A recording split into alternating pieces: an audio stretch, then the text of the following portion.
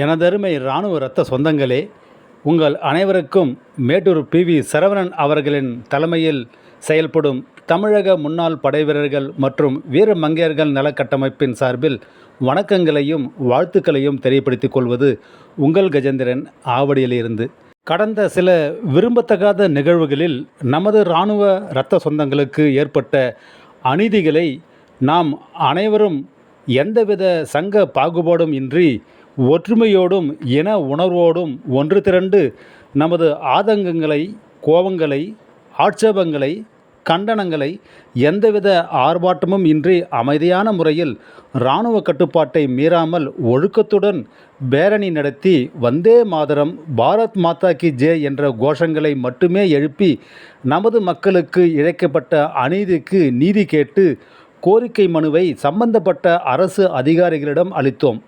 நமது ஒழுக்கத்தை கண்ட காவல்துறையும் பொதுமக்களும் வெகுவாக நம்மை பாராட்டினர்.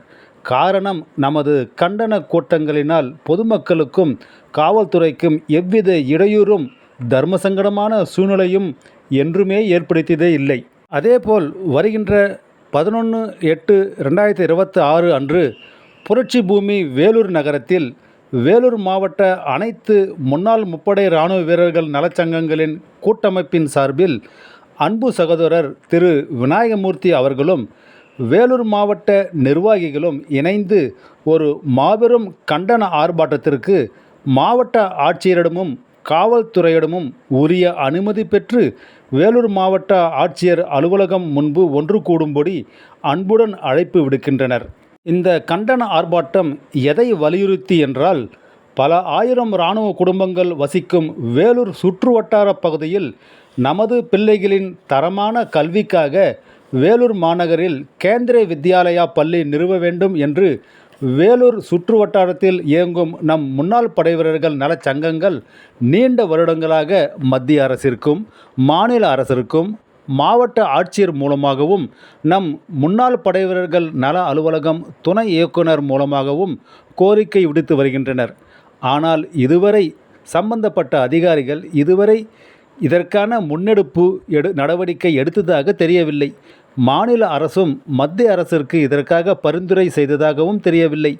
எனவே மத்திய மாநில அரசு அதிகாரிகளின் மெத்தன போக்கை கண்டித்தும் மீண்டும் ஒருமுறை இதற்கான கோரிக்கை கடிதத்தை மாவட்ட ஆட்சியருக்கு வழங்குவதற்காக இந்த நிகழ்ச்சி ஏற்பாடு செய்யப்பட்டுள்ளது.